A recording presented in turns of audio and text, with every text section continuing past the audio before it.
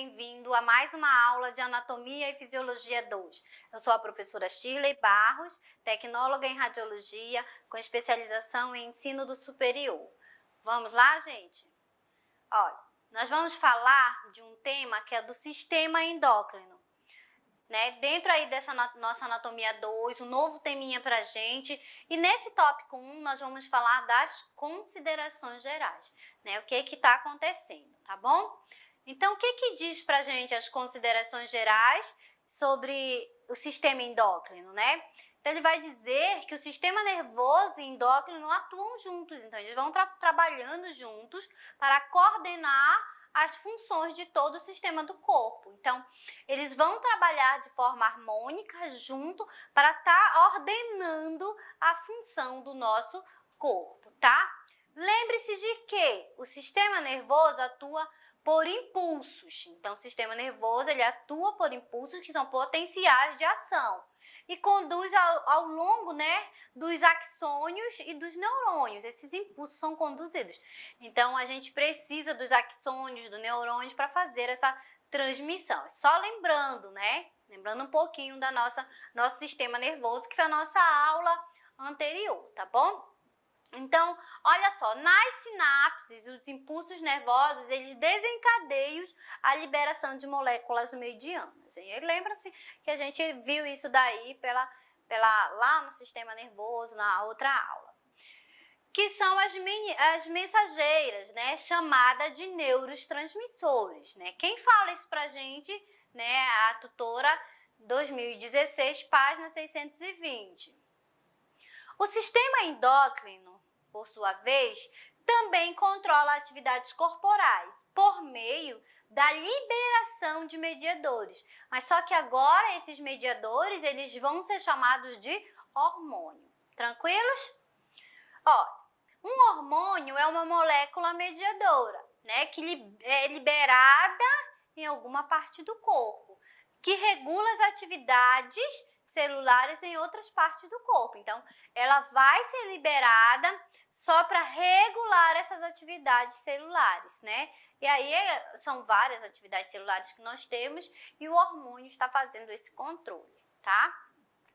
Na maioria dos hormônios, entra o líquido intersticial, E depois, ele vai para a corrente sanguínea. Então, primeiro, ele entra na corrente intersticial, lá naquele líquido.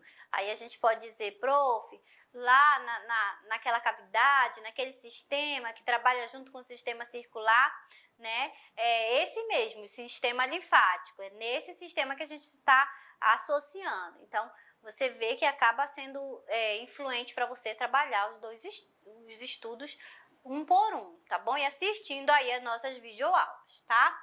Então, ele acaba entrando nesse líquido intersticial e depois ele vai para a corrente, encaminhado para a corrente sanguínea. Quem fala isso é a tutora, 2016, página 620. O sangue circulante, ele leva o hormônio das células para todo o corpo, tá? Então, essas células, elas vão produzir, nessas glândulas, elas produzem esse hormônio e depois esse hormônio é levado, encaminhado para todo o corpo, tá?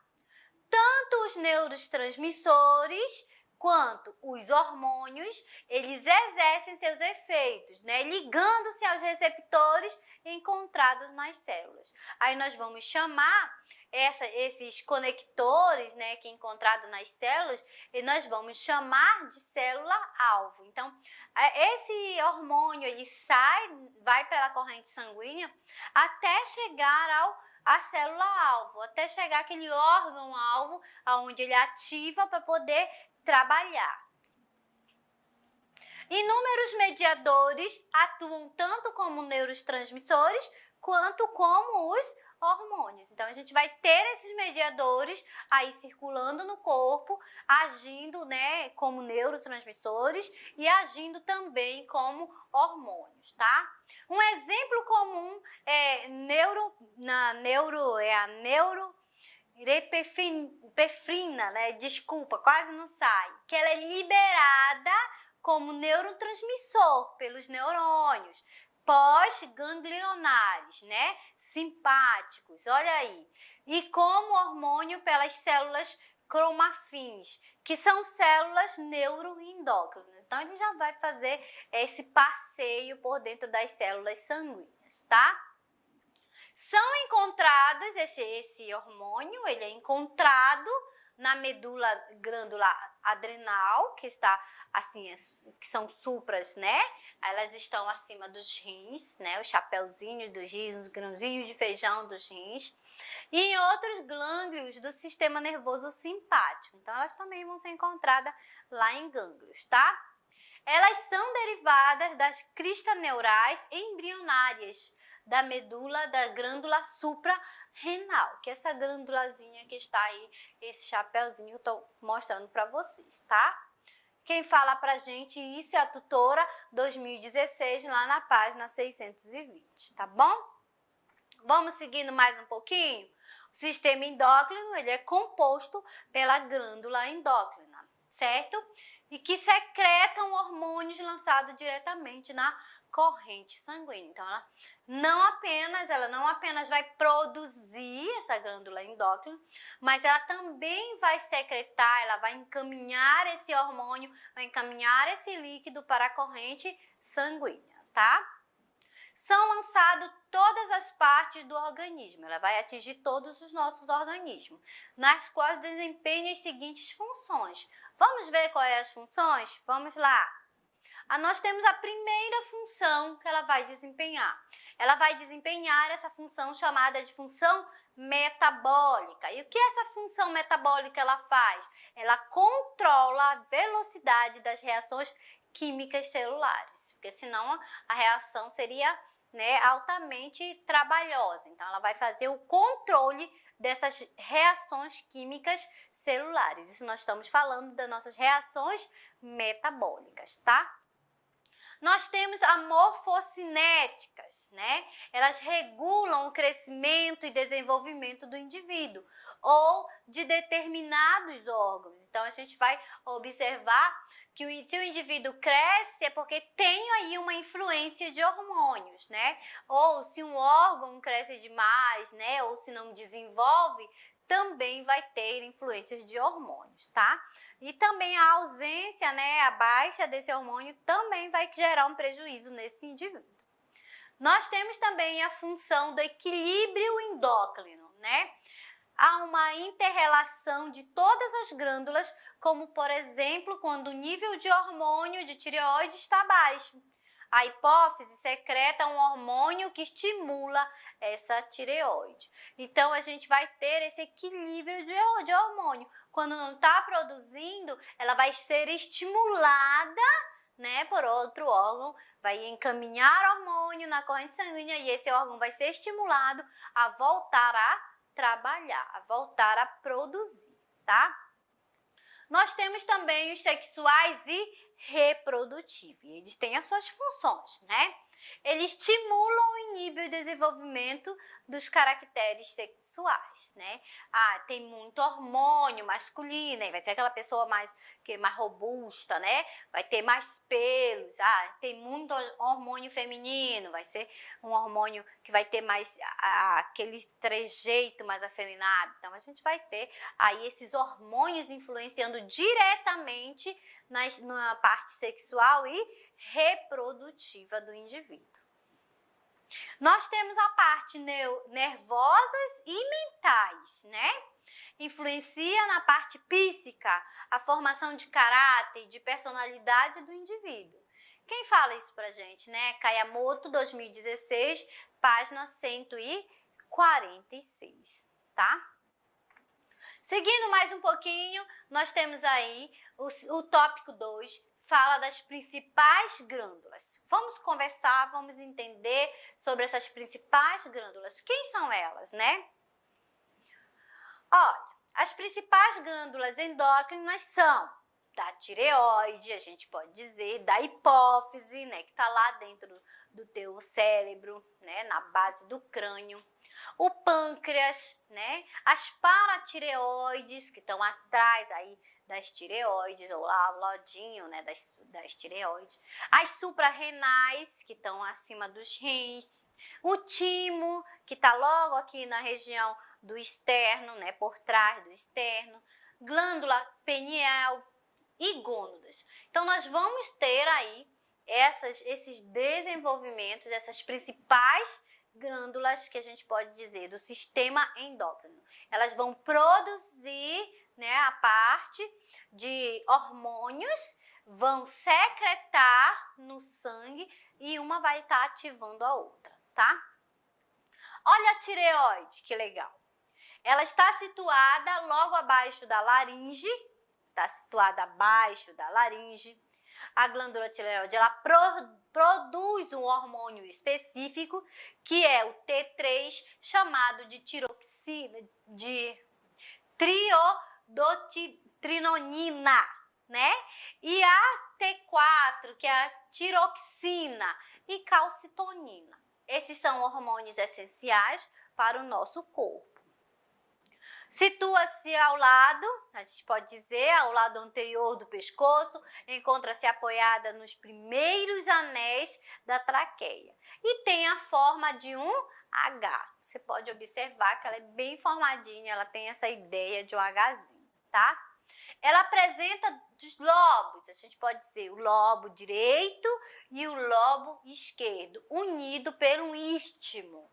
Istmo é essa pequena união da tireoide. E ela secreta os hormônios, que a gente pode dizer, os hormônios tiroidanos, né? Que é o T4, T3 e a calcitonina. Então, esses hormônios são específicos da tireoide. Aí nós temos as glândulas paratireoide. Olha que bonitinha nossas glândulas paratireoide, né? Elas situam-se na superfície posterior, estão lá atrás, né? Essa aqui nós estamos vendo pela visão, né, posterior da superfície, então ela atua nessa região da tireoide e produzem o paratormônio, o PTH, né? Paratormônio PTH. Então, nós temos aí esse tipo de glândula. Olha, nós temos a hipófise. A hipófise, ela está localizada na base do crânio, ela fica lá numa cavidadezinha chamada de cela túrcica, né? Ou túrcica. Então, ela também é denominada de glândula pituitária. Então, ela também pode ser chamada desse nome, situada na cela turca. Essa cela turca é bem na base do crâniozinho, é como se fosse a casinha e ela fica lá repousando, de tão importante que ela é para o nosso organismo, tá? Nós temos aí a hipófise também, continuamos, né? É dividida em adenohipófise, localizada anteriormente e que produz hormônios característicos do crescimento, o GH, e o hormônio tiroestimulante, o TSH. Então, nós vamos ter um hormônio que vai influenciar diretamente no crescimento e um outro hormônio que é TSH, que vai trabalhar no estímulo sexual do indivíduo. O hormônio adrenocorticoide, o ACTH, que é o hormônio foliculante, o FSH, e o hormônio luteinizante, também estão todos trabalhados aí na hipófise. Tranquilos? Nós temos também a produção de prolactina e neurohipófise, ó. E a neurohipófise, nós vamos ter essa partezinha, que ela é dividida, a hipófise. Então, a neurohipófise, ela é localizada posteriormente. Então, na frente eu tenho a hipófise e atrás eu tenho a neurohipófise. Claro, ela também vai produzir o seu hormônio, tá bom? Que produz o hormônio antidiurético, o ADH, a vasopressina e a ocitocina. Então, ela tem aí a sua produção de hormônios específicos. Quem fala isso pra gente é Kayamoto, 2016, lá na página 146. Seguindo mais um pouquinho, nós temos o pâncreas, né? Ela é uma glândula mista. Nós podemos dizer que ela é exócrina e endócrina. É assim que nós falamos, exócrina, porque ela não só produz, mas ela também encaminha, né? Ela também vai trabalhar, vai lançar no sangue essa produção de hormônio, porque lança os seus produtos no tubo digestório. Então, ela vai também lançar diretamente no tubo digestório, tá? Vamos lá? Caminhando. Endócrina, porque ela lança os seus produtos secretados nas ilhotas pancreáticas. Insulina e glucagon na circulação sanguínea. Então, ela é exócrina porque ela lança o hormônio produzido, seu líquido produzido, direto no intestino. E endócrina porque ela lança o seu hormônio direto na corrente sanguínea. Tranquilos? Essa é a diferença aí do pâncreas, tá? A insulina, o que a insulina faz? Ela regula o metabolismo de carboidrato, proteínas e gorduras. Ela vai fazer a regulação deles três, né? E age na queima de glicose no sangue e controla a produção de glicogênio no fígado. Então, a insulina, ela vai fazer tudo isso. Ela vai ter a sua função específica. É um tipo de hormônio, né? Para manter a taxa de glicose em nível normal, pâncreas diminui a secreção de insulina quando o nível de glicose no sangue está baixa e vice-versa. Então, ele faz o processo também ao contrário. Então, ele vai trabalhando de forma harmônica um com o outro. Então, quando ele vê ou ele observa, né, que essa taxa de hormônio está baixa, ele libera um nível, né, de glicose no sangue para melhorar, tá tranquilo? Ou também ele pode inibir. Age no fígado, o pâncreas também ele age no fígado, nos músculos e nos tecidos adiposos. Olha a importância do pâncreas e nós, como indivíduos, não conseguimos viver sem o pâncreas. Ele é uma estrutura vital.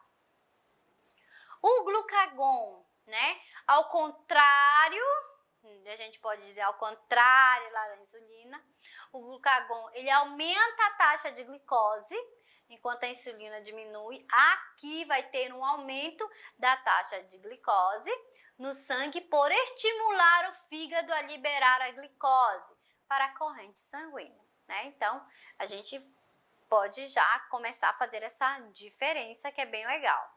Quem fala isso pra gente é Kayamoto, 2016, página 146, tá? Vamos lá? Paratireoides, e nós já vimos ainda agorinha, né? Mas vamos olhar, são órgãos do tamanho de um grão de trigo. Ele é tão pequenininha, mas faz um estrago, né? Situado atrás da tireoide, duas ao lado direito e duas ao lado esquerdo. Então, você está olhando essas bolinhas de tons mais amarelado, elas é que são as nossas paratireoides, tá? Sintetizam o hormônio. Olha o que elas fazem, olha a função dela, né? Elas sintetizam o hormônio chamado de paratormônio, que regula o metabolismo do cálcio, do fósforo e do magnésio e agem nos ossos, no intestino e nos rins. Então, ela vai trabalhar também aquela parte, né, que a gente pode dizer do cálcio, do fósforo, magnésio, o nível dessa produção aí dentro do nosso organismo, tá?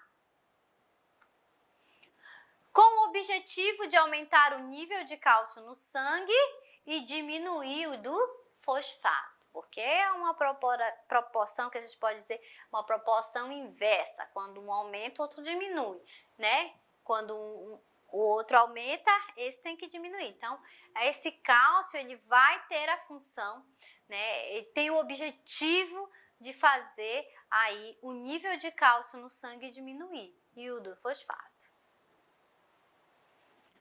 O hormônio estimula a atividade das células relacionada com a distribuição dos tecidos ósseos, para que o cálcio possa ser levado dos ossos para o sangue. Então, quer dizer que uma parte é absorvida e outra parte é encaminhado novamente para o sangue. Quem é que está ativando isso ou quem está fazendo isso? É a nossa paratireoide, tá?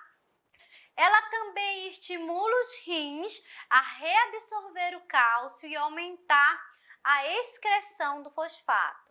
E atua em conjunto com a vitamina D para aumentar a absorção de cálcio pela mucosa do intestino. Então, olha a função, ela é tão pequenininha, um tamanho de um grão, né? Fala de um grão de trigo, mas ela tem várias funções específicas.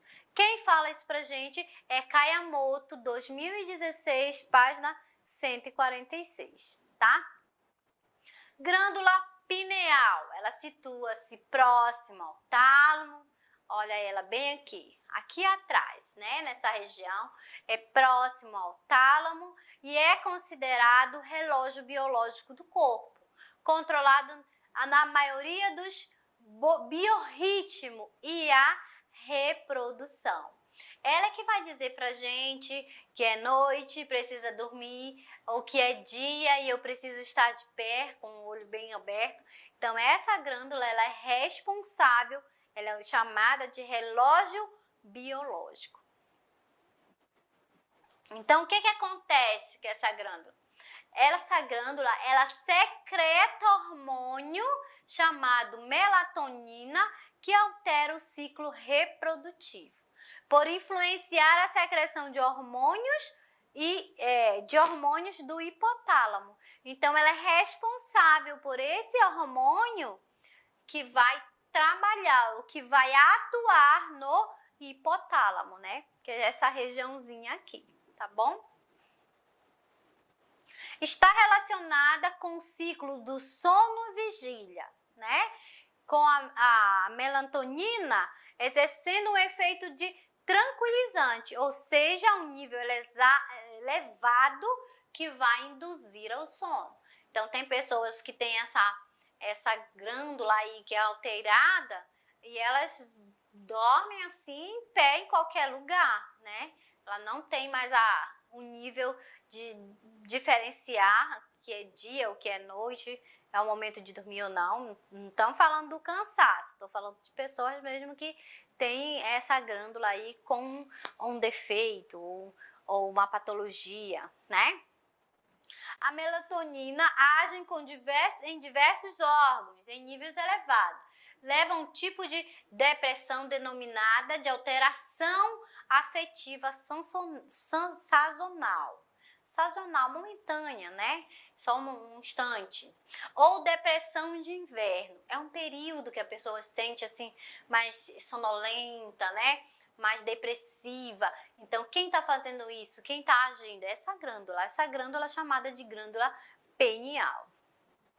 Ocorre na região de poucas horas, né, de luz solar, ou seja, nos invernos, né, do extremo norte e do sul e do globo terrestre. Então, aonde é aqueles dias mais inverno, a pessoa fica mais sonolenta, quem está agindo é essa glândula chamada de glândula pineal.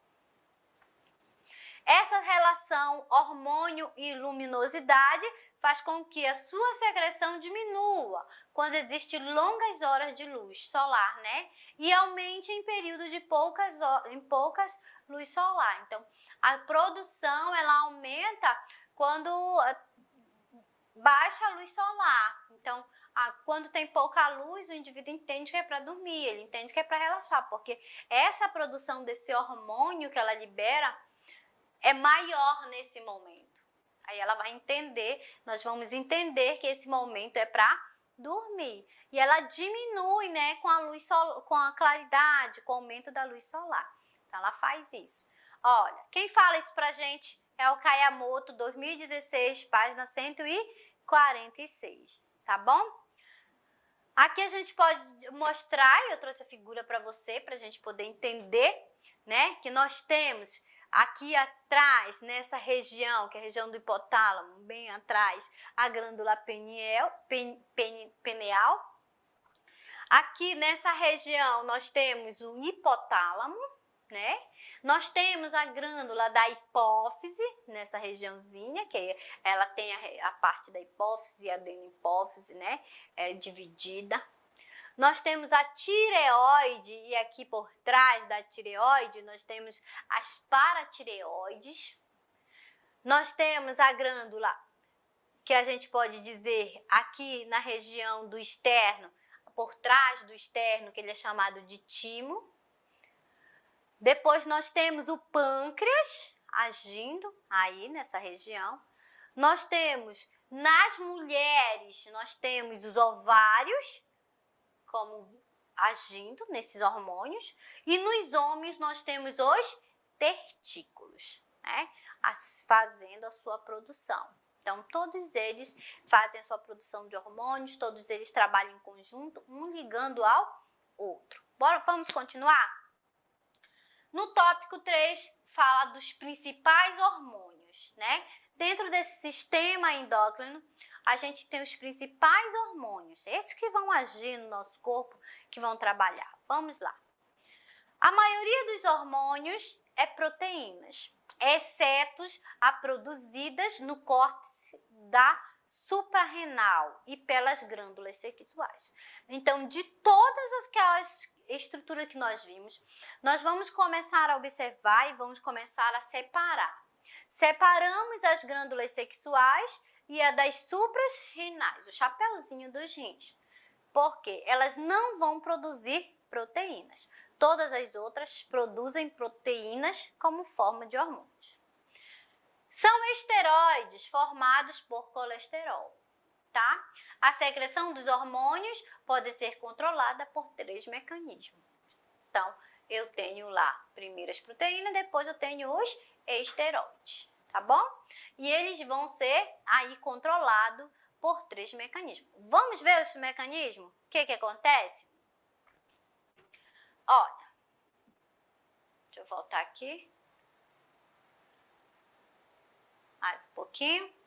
A informação sobre o hormônio no plasma realimenta a glândula produtora desse hormônio. Então, nós temos aí uma operação, né, podemos dizer dessa forma, uma realimentação, né, desse hormônio dentro da nossa circulação, dentro do nosso sistema, tá?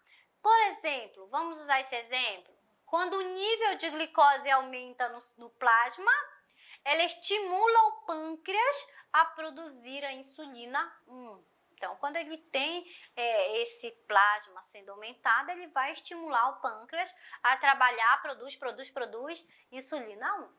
O que faz com que a glicose entre nas células, diminuindo o nível do plasma. Então, ativa a glicose, entra lá, né? Vamos trabalhar e aí vai para diminuir esse nível aí do plasma e inibindo a produção da insulina. Então, elas vão trabalhar em conjunto, tudo harmonicamente, tá? Então, nós temos o biorritmo. Olha só, no biorritmo, o que acontece? É uma alteração de ritmo no padrão de secreção de hormônio. Então, tem uma alteração, né, nesse quantitativo, nessa produção de hormônios, que nós chamamos ou nós denominamos de biorritmos, tá? O cortisol, por exemplo, é um hormônio do ciclo cardiano, que é de ritmo de 24 horas. Então, a gente tem aí, por isso que é chamado de biorritmo. Ele vai ter um ritmo para ser trabalhado, né? Em que a sua secreção é maior no período da manhã e menor ao entardecer. Então, olha como eles trabalham de forma harmônica. Nós vamos ter aí produções de hormônios, né? Nesse exemplo a gente tem o cortisol, sendo produzido em maior quantidade de manhã, mas quando chega ao entardecer ele vai diminuindo, né? Por isso que a gente diz, eu estou um pouco mais cansado, né? Eu estou um pouco mais fadigada, quero minha cama. É assim, no final da tarde acontece isso. Seu conhecimento é importante para saber qual o melhor horário para administrar o medicamento. Então, isso é importante, né? E quais os horários alternativos de trabalho.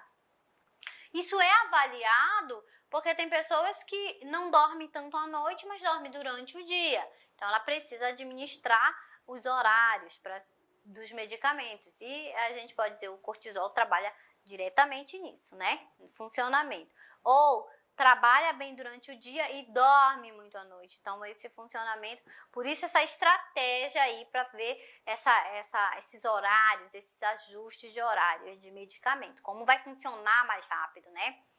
Existem fatores que podem alterar o biorritmo, tais como a diferença de fuso horário. Ah, eu mudei daqui, fui para um outro estado onde tinha diferença de 2 horas. Até me adaptar, isso daí, o biorritmo é que vai trabalhar. Né? Porque se tem diferença de 2 horas, enquanto um é 4, o outro é 6. Então, vai que tu saiu de 4 para 6 e aí tu amanheceu, tem 2 horas de diferença, mas só que o teu biorritmo vai fazer com que você acorde ou desperte mais cedo, né? Em vez de despertar às 6, você vai acabar despertando às 4 da manhã, tá bom? Olha, nós temos o controle do sistema nervoso central. O sistema nervoso central ele é controlado por essa substância chamada de hormônio, tá? É grande na sua influência sobre o sistema endócrino. Então, o sistema nervoso central, ele influencia diretamente o sistema endócrino. O estresse, por exemplo, estimula várias glândulas a produzir hormônios que alertam cada célula do corpo diante de uma ameaça. Então, é um alerta, né? Então, o estresse, ele vai fazer vários hormônios trabalharem ao mesmo tempo, tá?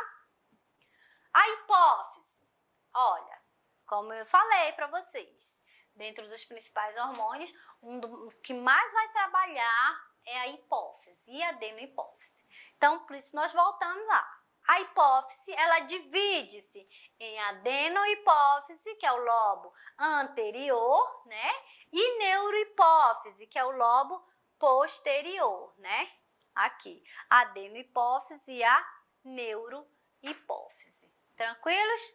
Lobo posterior. E o lobo intermediário da hipófise. Então, a gente já tem essa grande divisão aí. Quem fala isso pra gente é Kayamoto, 2016, página 146.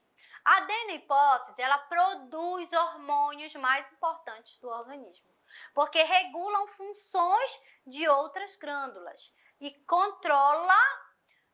é controlada pelo hipotálamo. Então, a adenohipófise, ela é extremamente importante para o nosso organismo. Né? Ela vai regular a função de outras glândulas, tá? Hormônios secretados pela adenohipófise são... Então, vamos ver quem é? Olha, o hormônio do crescimento. Quem controla é a adenohipófise. Então, não cresceu, né? Ficou baixinho igual a professora. Deve ter alguma alteração aí nessa adenohipófise. Atua no metabolismo das proteínas, quebrando as proteínas e as gorduras para convertê-la em energia. Então, essa adenohipófise a gente vai trabalhar aí. Somotrófico, né? Ou do crescimento também. Ele converte as proteínas de glicose, estimula o crescimento dos músculos esqueléticos. Então, aquela pessoa que é toda musculosa, porque ela está estimulando essa proteína, né? Esse hormônio. E determina o tamanho e a altura do indivíduo. Ele promove o reparo celular e a síntese proteica, né? E mantém o nível de glicose no sangue durante o período prolongado de jejum. Então, olha só como é trabalhado, tudo perfeitamente, a gente pode dizer, essa harmonia entre os hormônios.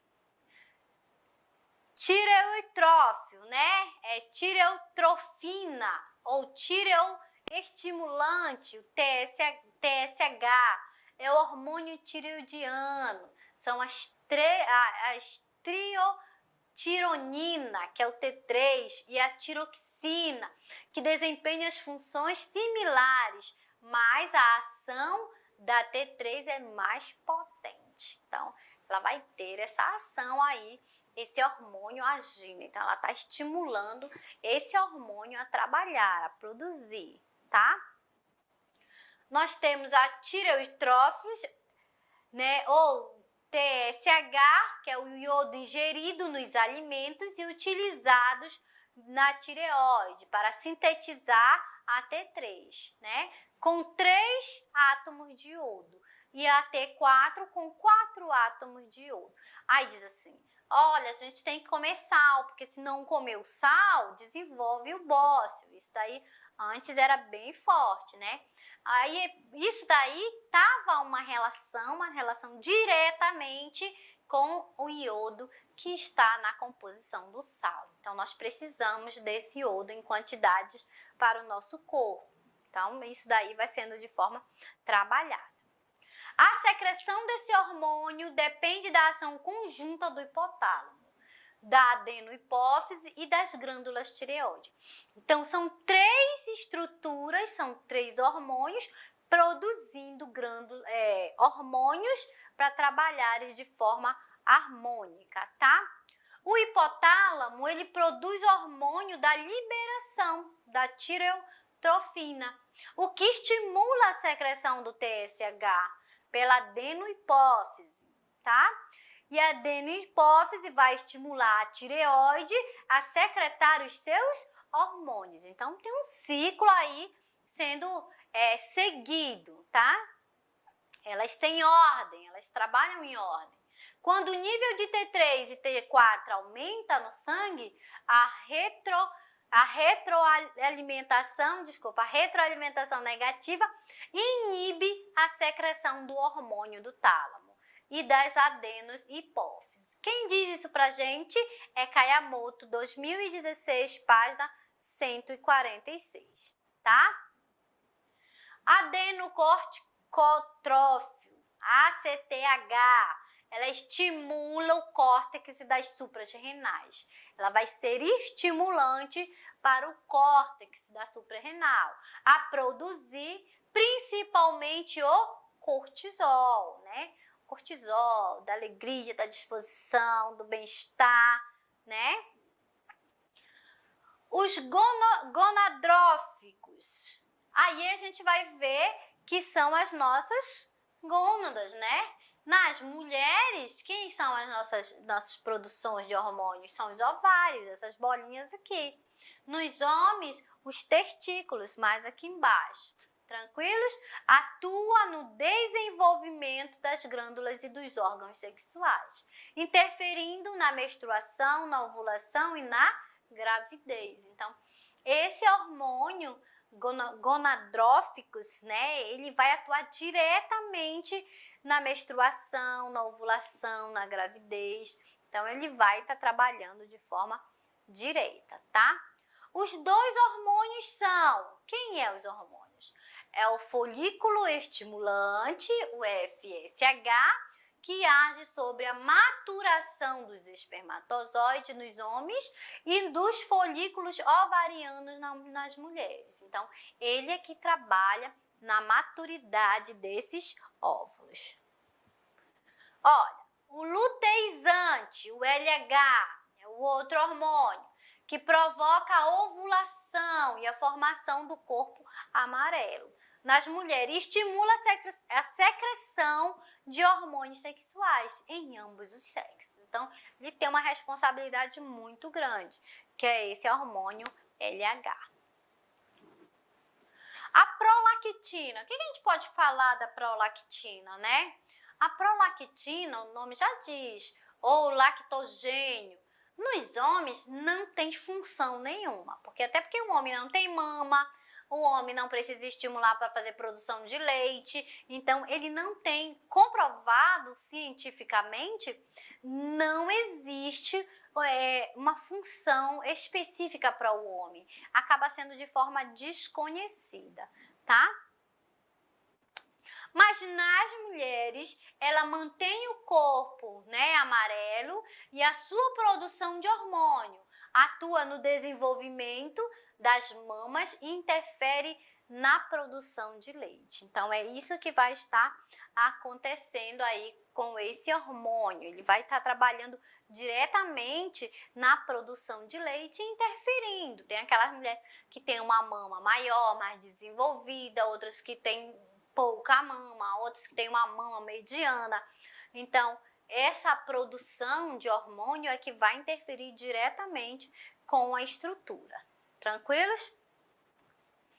A prolactina, ela influencia a produção do leite, mas não é responsável pela injeção do leite na mama, né?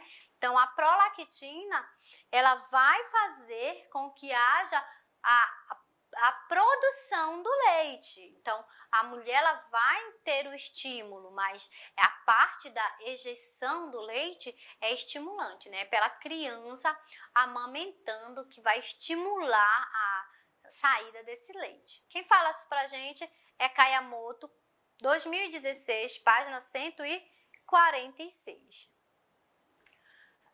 Aí nós podemos dizer, existem 2 hormônios que não são secretados na hipófise, mas sim no hipotálamo. O hipotálamo, essa região do finalzinho, aqui da nossa região por trás, né? Lá embaixo do nosso encéfalo.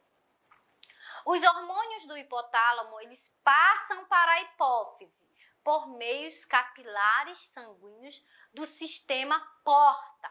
É hipotalâmico e hipofisário. Então, ele vai passar pelo sistema sanguíneo, a comunicação desses hormônios, hipotálamos e hipófise. O hipotálamo, ele secreta hormônio antidiurético. Então, lá no hipotálamo, ele faz a secreção de hormônio antidiurético. E a ocitocina, ele faz a produção de ocitocina também.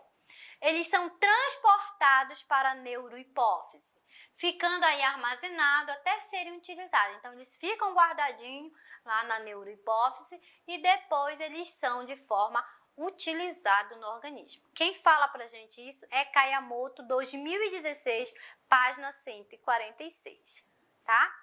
O antidiurético, ou a diuretina, a gente pode dizer dessa forma, ela aumenta a reabsorção de água nos testículos renais, nos túbulos renais, desculpa, agindo nos casos de desidratação, dor, estresse, né, trauma, uso de morfina, a nicotina, o álcool que inibe a secreção de hormônio.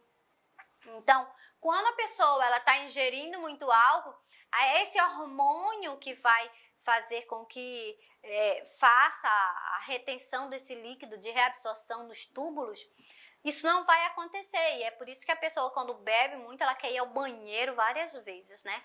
Ela fala, eu fui a primeira vez, eu quero ir sempre. Mas é porque o hormônio dela foi de forma inibido. Quem é o hormônio? O antidiurético. Altas doses de hormônio provocam contração da musculatura dos vasos sanguíneos, diminuindo o seu calibre. Então, eu posso ter contrações, né, das musculaturas sanguíneas, dos vasos sanguíneos, tá? A ocitocina, quem é essa ocitocina, né? A gente até ouve na maternidade aplicar uma injeção de ocitocina. E aí foi para estimular, né, a grávida a ter as contrações, né, para ter a criança. Então, o que ela faz? Ela estimula o tônus muscular, né, da musculatura lisa, principalmente do útero, no trabalho de parto. E estimula a contração uterina, aquele momento que a mulher está lá com dorzinha de cólica, né? Naquele período. Então, quem está agindo naquele momento ou quem está trabalhando é esse hormônio aí chamado de ocitocina, tá?